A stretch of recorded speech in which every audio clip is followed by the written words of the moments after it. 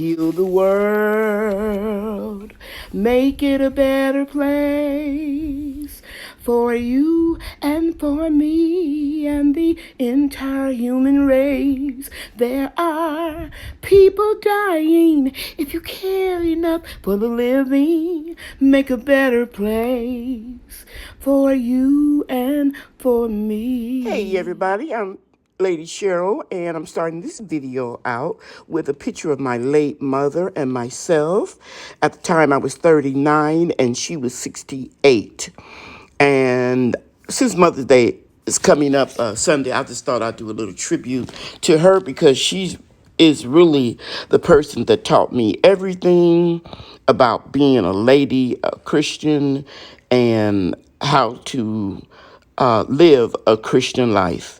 So I want to just let you know that I took a walk around the food forest this morning. We had a very bad storm that included small hail and tornado warnings. And we didn't have a lot of damage, but I just want to share with you what my food forest looks like.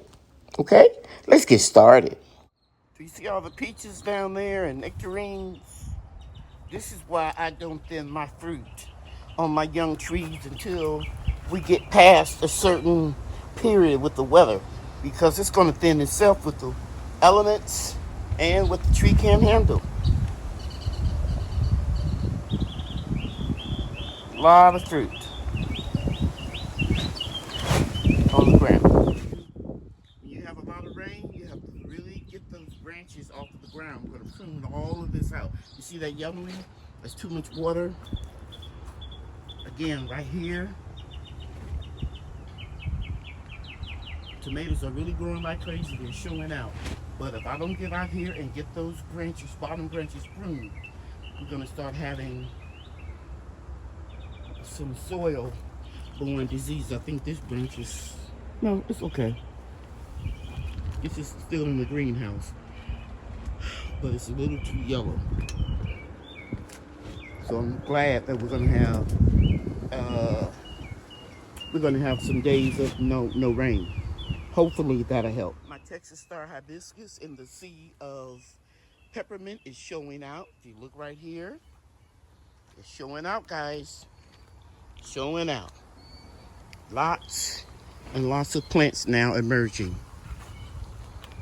And look at the difference in the leaves as opposed to what you germinate. It's a lot right here. And more is going to come up too. Beautiful. Texas Star Hibiscus. The plant that just keeps on giving. This is my Yates Persimmon for the first time. I've got fruit growing on it. It is self-fertile, meaning that it doesn't have to be pollinated with another variety. Let me get in there and show you. It's amazing because this was just a little bitty twig from Stark Brothers. That tree is growing amazingly well. Yates Persimmon from Stark Brothers. Let me go in close because I think this is a better look at the fruit. No. There we go. We're gonna have fruit for the first time this year. This is my favorite looking tree. The appearance is so beautiful.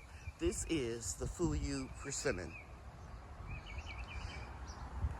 That's a Japanese persimmon, and I mean it's loaded, guys. This is beautiful to watch. Let me go closer so you can see but that fruit, how it comes out. And if it hangs on to it, which I think it will because it did last year, it didn't lose that many fruit, I think we're going to have a really nice harvest this year. Again, I'm coming out here after the rain with hailstorm. I heard it beating up against my windows last night. Fuyu Persimmon. This is what a baby snail looks like. Trying to get in, caught up in, not caught, but on the insect netting. That's a baby snail.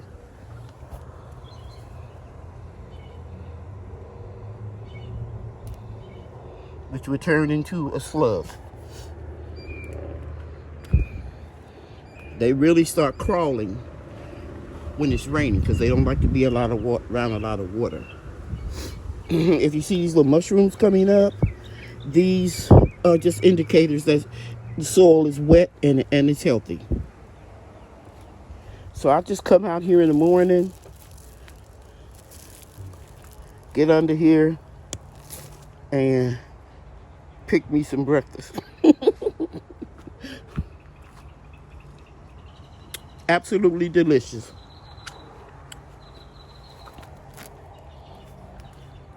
Just checking things out. Here are my two garden beds, number 1 and number 2, that are close to my house. Just showing out. Showing out with tomatoes and few sunflowers, zinnias, society garlic, marigolds, and basil. Just showing out. And I think this right here is milkweed, a seed that just was scattered by the birds or the wind. I hear a lot of birds like around me up on the rooftops or whatever, but they don't come in my garden anymore the way they used to, at least not in my presence. I think it has a lot to do with all the owls that I'm collecting. People send me, gifts I get. And if you didn't know, I used to be afraid of owls. I conquered that fear. Okay, let's go look at the grapes, see how much damage. Apples are looking good. There's only one apple tree that is not doing too well right here. It may need to be put in another pot. I don't know. We'll see. I'm just gonna watch. I'm not gonna do anything with it right now. It's been having trouble for a while. You see, that doesn't look healthy. I'm not worried. Okay, see that how easy that falls off? Yeah, I'm not worried about it. I probably would prune this one all the way back so I won't give any more attention to it and let it recover. Comfrey over there showing out. Look at that comfrey. And my pawpaw trees here, and one right over in here between this apple tree. This apple tree is doing beautiful. Doing absolutely fantastic. And here's my mimosa tree. I have 2 of them, one here and one here. Here's the pear tree. Now this is the pear tree I am so happy about because it had fire blight for 3 years in a row. I don't know why I'm filming all of this, but it's just so pretty. I'm just doing a walk around. Here's some comfrey that Bria and I planted right here. Transplanted a little bitty piece. It's showing out. Now this comfrey cannot be grown by seeds. It must be grown by cutting. I was watching a video this morning on YouTube. There are some varieties that can be started with the seed. Blocking 14 Russian comfrey cannot. Here's another apple tree just showing out. And it's real windy out here, guys. So I'm gonna have to go in and take Benadryl and Allegra for the simple fact that that cottonwood right now that's blowing all over North Dallas and North Texas is this is beautiful. I just love to see the fruit on the trees. It's blowing everywhere and it's getting my allergies going. Look at these apples on this tree in a 40-gallon pot. Just loaded. I'm not going to thin the fruit out until I see what the wind is going to allow it to hold on to. Lots and lots of grapes. Concord grapes. I got the vines from Stark Brothers. It's milkweed for the butterflies. Monarch butterfly right there. Growing. More comfrey back there.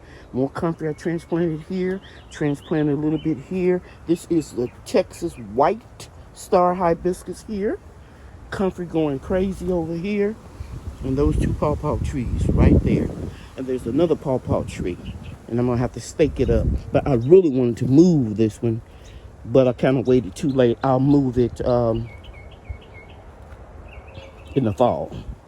After it loses its leaves. Then I need to put a stake right here and stake that one up. Okay. Moving on. Let's go around here.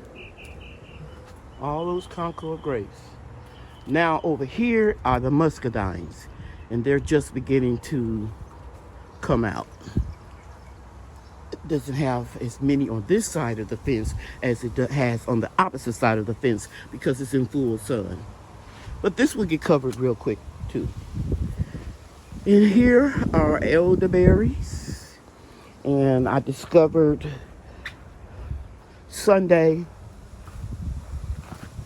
that there are little berries. See them right there? On all of my elderberry bushes. They grow big like trees. I cut this one down in half because it was covering up the gate. I cut it down in half and now it's grown back. Okay, I'm gonna show you something else. Elderberry bush right here in front of my rain catchment system. Check it out, guys. I'm gonna be able to make elderberry syrup this year if the Lord says the same. See that? Now, let me go around here. Excuse me. We have jujubes for the very first time. Loaded all over this jujube tree. And this jujube tree, again, was $5 from a merchant on Facebook. And look how tall it is. I'm going to start at the bottom. I'm going to slowly take you all the way up. It's incredibly tall. It's taller than my house. And even way up there at the top, I would have to get a ladder to harvest it. But I know the bird, well, they say birds don't peck on the jujubes that much, or insects. So this is a phenomenal tree, and I am excited. The owner of this tree, when it was just a twig, told me it didn't need to be pollinated. He thought it was a leaf. I'm not really sure. All I know is that it grows wild in Texas, just like that Texas native elderberry. These were wild trees that I purchased. Now I'm going to go around to the prayer garden side and see what's happening. Here's my Lisbon lemon tree I purchased a few weeks ago. You can see it's putting on new growth right there. That's a nice thing. Here are some Everberry sweet strawberries. Miss Beverly, my friend, bought me. I planted them in hanging ponds, but I put them on the ground so I can get a lot of water because I knew it was going to rain. And it looks like my Miho Satsuma is hanging on to all of the fruit. I don't see any fruit falling down. Once it produces a nice size, it hangs on. It's a tough little bird, tough little tree. Okay. Here, this is that Maximilian sunflower that Miss Irene sent me. And then I have it surrounded by Mexican petunia. And that's a large planter, so it can handle all of that. See how big that is? And I'm gonna let the sunflowers go to seed. Morning glories don't have any blooms. Probably blew off from the rain, the hail last night. Everything in the prayer garden is looking good. I discovered another banana plant. I'm glad it's on the right side. It's doing well. Here's 1, 2, 3, 4, 5, 6, 7, 8, 9. I think we're going to have some more on this end before it's over with. And here is a piece of a mulberry tree right here. When I pruned it, I shouldn't have, but I laid the sticks that I pruned in here. And this is a cutting that rooted. I'm going to let it root for a while, then eventually I'll dig it up and plant it someplace else. Okay. I think I lost one of my Texas Star hibiscus. Still got some roots there. I'm going to just leave it there But this one survived. My Aunt Laura's, that's Texas Star Hibiscus, and my Aunt Laura's right over there. Let me show you that again. My Aunt Laura's here, Texas Star Hibiscus here. My Aunt Laura's hibiscus, and this is red Texas Star. But that's okay, because I have this one right here in this pot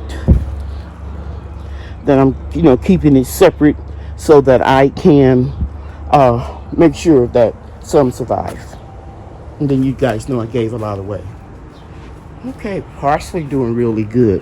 The parsley and the dill in this container, and that container will go in those raised beds that I got from Aldi's.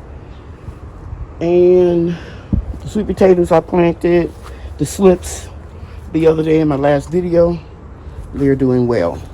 You can see them perking up and headed for the trellis. Great job. And just let me show you that I've been eating the little berries over here on this tree. Every morning I come out and get my breakfast. And they are so sweet. They're tiny, but they are loaded with antioxidants and flavor.